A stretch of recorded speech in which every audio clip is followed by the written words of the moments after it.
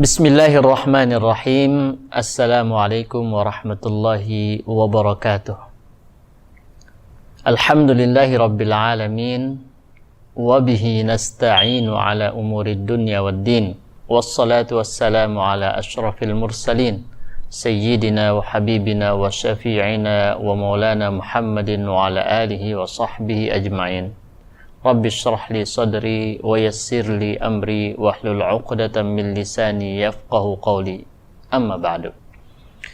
Sahabat karib yang dimuliakan Allah Subhanahu wa taala, tidak bosan-bosannya kita memperbanyak syukur kepada Allah Subhanahu wa taala. Syukur yang dengan itu insyaallah Allah akan menambahkan nikmatnya untuk kita. Syukur yang itu sebagai bentuk terima kasih kita kepada Allah Subhanahu wa taala. Syukur yang menandakan kita tidak ingkar kepada nikmat dari Allah Subhanahu wa taala. Kita bersalawat kepada Rasulullah sallallahu alaihi wasallam yang mudah-mudahan salawat ini mendatangkan keberkahan untuk kita di dunia dan di akhirat.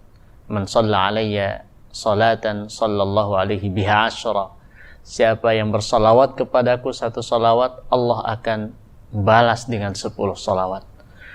Mudah-mudahan keridhaan Allah berikan juga kepada ahlul bait, para sahabat beserta siapa saja yang mengikuti beliau sampai hari akhir nanti.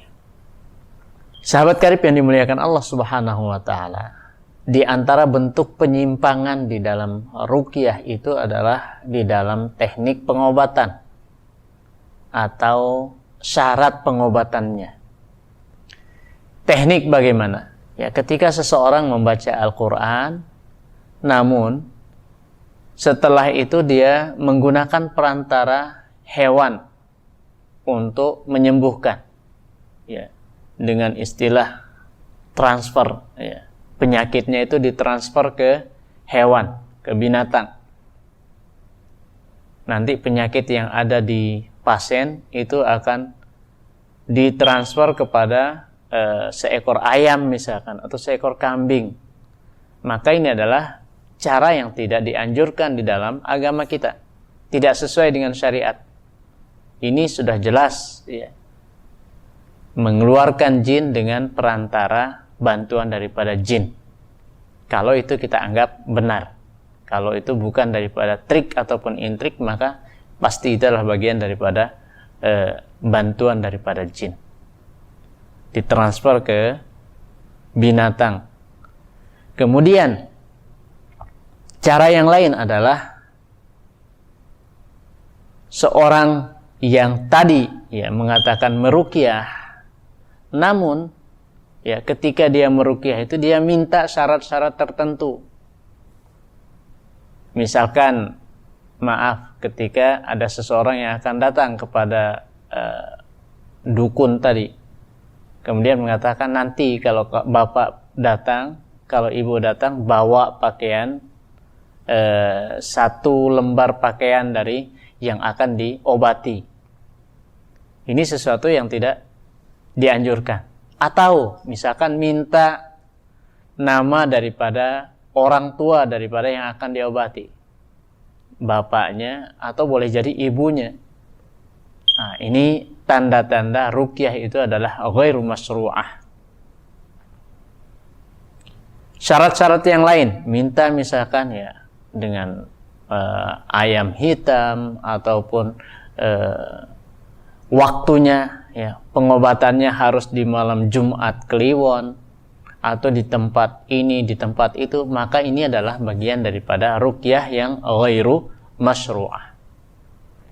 Adapun kalau syarat-syarat yang diperbolehkan, maka silahkan saja. Ketika misalkan ruqyah, kemudian dengan menggunakan daun bidara, ruqyah kemudian ditambahkan dengan meminum madu, ruqyah digabungkan dengan bekam, maka ini adalah sesuatu yang dianjurkan, diperbolehkan, yang sesuai dengan syariat, tidak ada masalah. Tapi yang kita bahas ini adalah ruqyah yang digabung dengan cara-cara atau teknik-teknik yang tidak dibenarkan. Sahabat karib yang dimuliakan Allah Subhanahu wa taala, di antara bentuk pengobatan yang tidak benar itu adalah ketika kita menggunakan bantuan jin, baik itu secara langsung ataupun tidak langsung. Yang tidak langsung ini yang mungkin sering kita temukan. Ada orang yang membaca Al-Quran, ada orang yang membaca sholawat, namun di balik itu dia berharap ada bantuan daripada jin. Nah, kalau kita lihat kitabnya itu sebenarnya banyak kitab-kitab yang berbahasa Arab, tapi pada dasarnya itu adalah sama dengan kitab-kitab perdukunan. Ya, ada yang mengatakan, ya, baca surat Al-Jin, kemudian sekian kali nanti akan datang khadam daripada surat Al-Jin itu berbentuk begini dan begitu. Nah, ini adalah bagian daripada hal yang harus kita hindari. Ya, sehingga ketika orang yang melakukan hal seperti itu, meruqyah, dia mengobati orang lain, ada kemungkinan jin yang dia gunakan itu menang, ada kemungkinannya dia kalah. Maka sering kita lihat misalkan ada orang yang meruqyah orang lain, taunya dia yang kesurupan. Nah, ini berarti orang tersebut menggunakan ruqyah yang ghairu masyru'ah, ruqyah yang tidak sesuai dengan syariat Islam. Ini yang menurut sebagian itu dikatakan sebagai karamah, padahal itu adalah bukan karamah.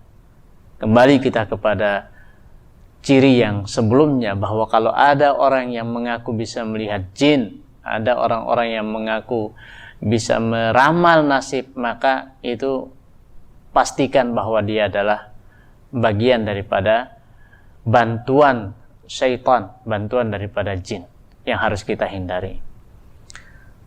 Baik, kemudian sahabat yang dimuliakan Allah Subhanahu wa taala, poin terakhir daripada ruqyah ghairu masyru'ah ini adalah saya ingin mengingatkan kepada diri saya sendiri dan kita semuanya bahwa saat ini sudah banyak orang-orang yang mengistilahkan pengobatannya itu sebagai ruqyah, namun pada dasarnya itu bukan daripada ruqyah yang syar'iyyah.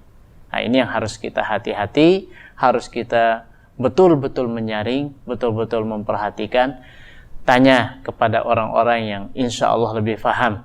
Tanyakan kepada mereka, ini kira-kira tepat atau tidak ruqyahnya, ini kira-kira direkomendasikan atau tidak. Ini sebagai bentuk kesadaran kita selaku orang awam terhadap hal-hal yang seperti ini. Yang dengan demikian mudah-mudahan kita terhindar daripada ruqyah yang tidak ada unsur syariatnya atau ruqyah yang ada unsur kesyirikannya. Baik sahabat karib yang dimuliakan Allah Subhanahu wa taala, inilah yang mungkin dapat saya sampaikan pada kesempatan ini. Mudah-mudahan ada manfaatnya untuk kita semuanya.